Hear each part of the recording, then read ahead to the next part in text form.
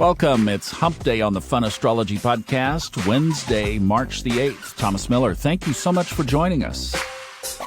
Let's keep talking about Saturn in Pisces now that it is fully there for a day. We have one aspect this morning. The moon, as we mentioned yesterday, enters Libra at 9:43 this morning after just a quick 30-minute void of course. This is a perfect time then to balance Libra. Our conversation about Saturn and Pisces. Yesterday we spent the chunk of the time looking back. Today let's look at now. Pisces, the last sign of the zodiac. Yesterday when Saturn entered Pisces, in my equal house system, it was in the 11th house. In the whole sign system, it was in the 12th house. This is 8:35 yesterday morning, my chart set to Asheville, North Carolina. In equal houses, the people, the populace, the masses, technology.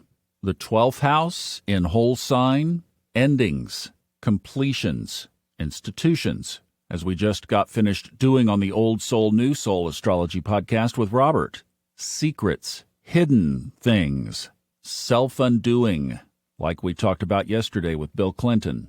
Let me read you just a little list here. This comes from Mark Edmund Jones, the best single source of information on houses you can find in his unpublished book now called Horary. These are some characteristics of the 12th house.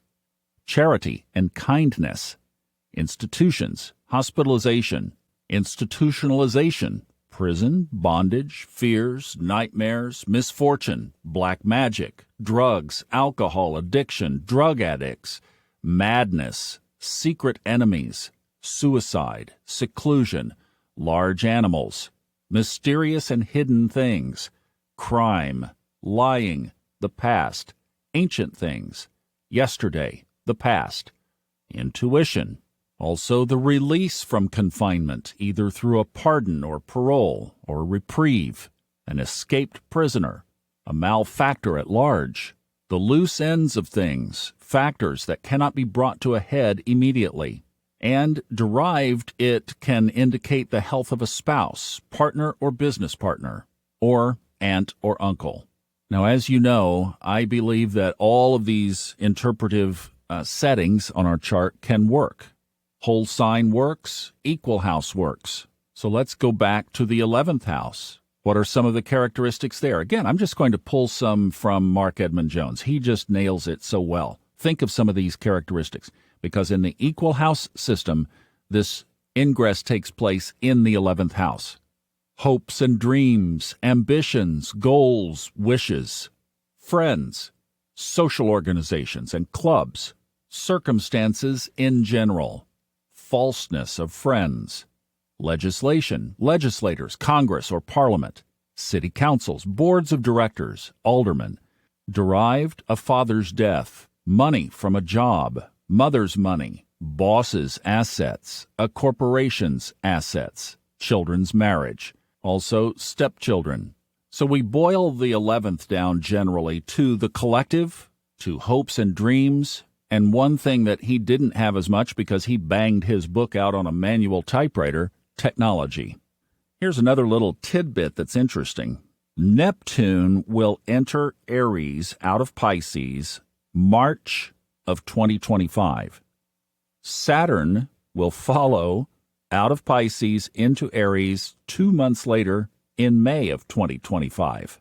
So between now and 2025, we have Saturn catching up to Neptune, doing a little retrograde shuffle there back and forth, but eventually basically just catching it right there as they both are uber powerful, right on that ingress between Pisces and Aries in the early to mid part of 2025.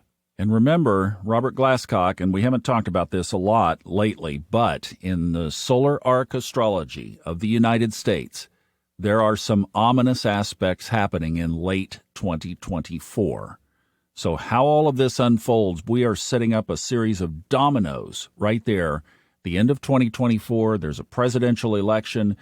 Early 2025 would be when the next president is sworn in, and you've got a lot of planetary energy sitting right on top of that, including these two, Neptune and Saturn, moving into Aries. Yeah, in mundane astrology, boy, that is some war symbolism if ever there was any. And we talked yesterday about the past transits of Saturn through Pisces and some of the things that were left behind in that, including the turmoil of the 60s, Bill Clinton's affair, the election of Nelson Mandela, and the Oklahoma City bombing.